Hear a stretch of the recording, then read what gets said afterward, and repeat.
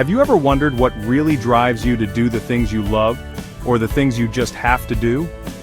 Let's talk about two powerful types of motivation: intrinsic and extrinsic. They might sound technical, but trust me, you'll see yourself in these examples. First up, intrinsic motivation. That's the spark that comes from inside you, the pure enjoyment or satisfaction you get from an activity itself. Picture this: you decide to learn a new language, not because it's required for a class or your job, but just because you love the challenge and the thrill of discovery. That's intrinsic motivation in action. Or maybe you pick up a book, not because you have to write a report, but because you can't resist a good story. When you're turning pages late into the night, totally hooked, that's your intrinsic motivation at work. Here's another one: exercise. Think about those times you go for a run or join a pickup basketball game, not to hit a number on the scale, but simply because it feels good. The rush, the energy, the sense of well-being, that's the reward. Even something as simple as gardening can be a perfect example.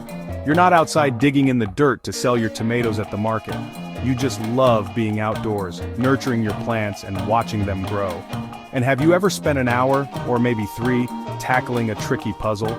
You're not doing it for a prize or a grade. You do it because cracking that code is just so satisfying. That's the magic of intrinsic motivation. The drive comes from within.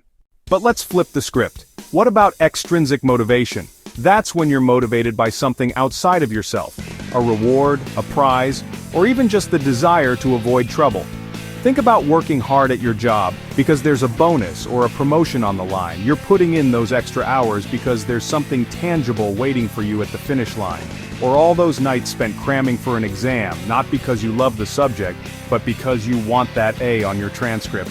Maybe you clean your room, not for the joy of a tidy space, but to avoid being grounded by your parents. Or you sign up for a marathon, not for the love of running, but to win a medal, or maybe even some prize money. Even volunteering can be extrinsically motivated, like when you need to fulfill a community service requirement for school or work. At the end of the day, both types of motivation get us moving.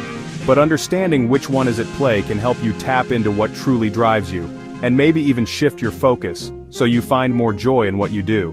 So, next time you pick up a new habit or chase a goal, ask yourself, am I doing this for the reward, or for the love of the game? Thanks for watching, stay motivated, and keep discovering what lights you up from the inside out.